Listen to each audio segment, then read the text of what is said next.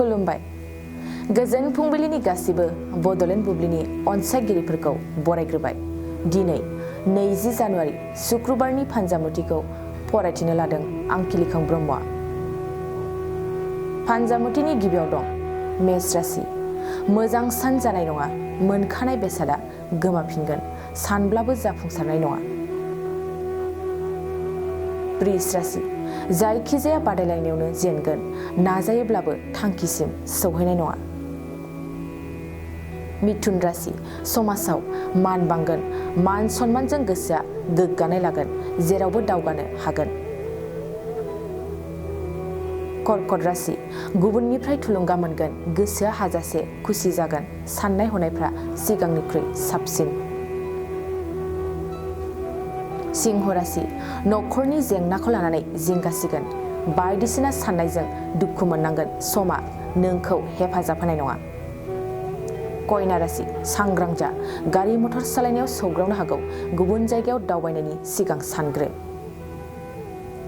तुला राशि। नखराव गोथार खामानि जागोन, नखराव खौसेथि फैगोन, गोथार साननाय हनायजों जेरावबो जाफुंसारगोन।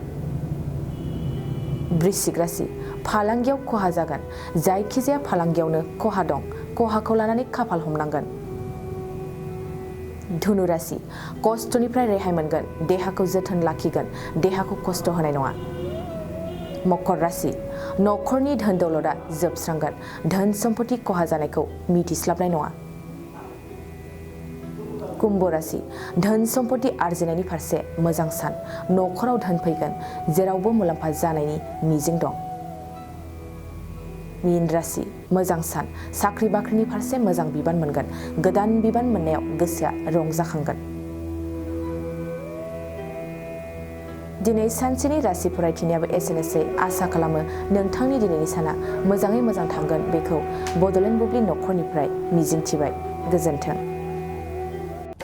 गोसो गुदुं गलादारफोरनि थाखाय मोनसे मोजां खौरां।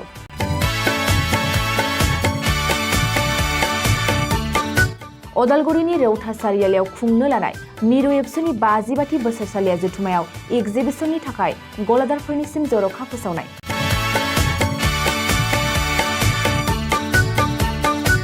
फैगौ 2023 मायथाइनि 26, 27, 28 आरो 29 जानुवारियाव खुंनो लानाय मिरु एबसुनि बोसोरसालिया जथुम्मायावनो बायदि रोखोमनि मुवा बेसादफोरखौ दिन्थिफुंगोन एगजिबिसन।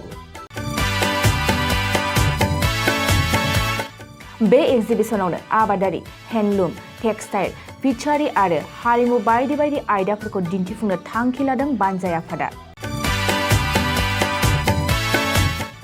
बेनिखायनो गोसो गुदुं सुबुं एबा गलादारफोरा एगजिबिसनाव गला होफैनो हागोन आरो गला होनायनि सोमोन्दै आबुं बाथ्राखौ मिथिनोब्ला नैबे मबाइल नम्बर 9365245137 आव थोंजों सुलाद लानो हागोन।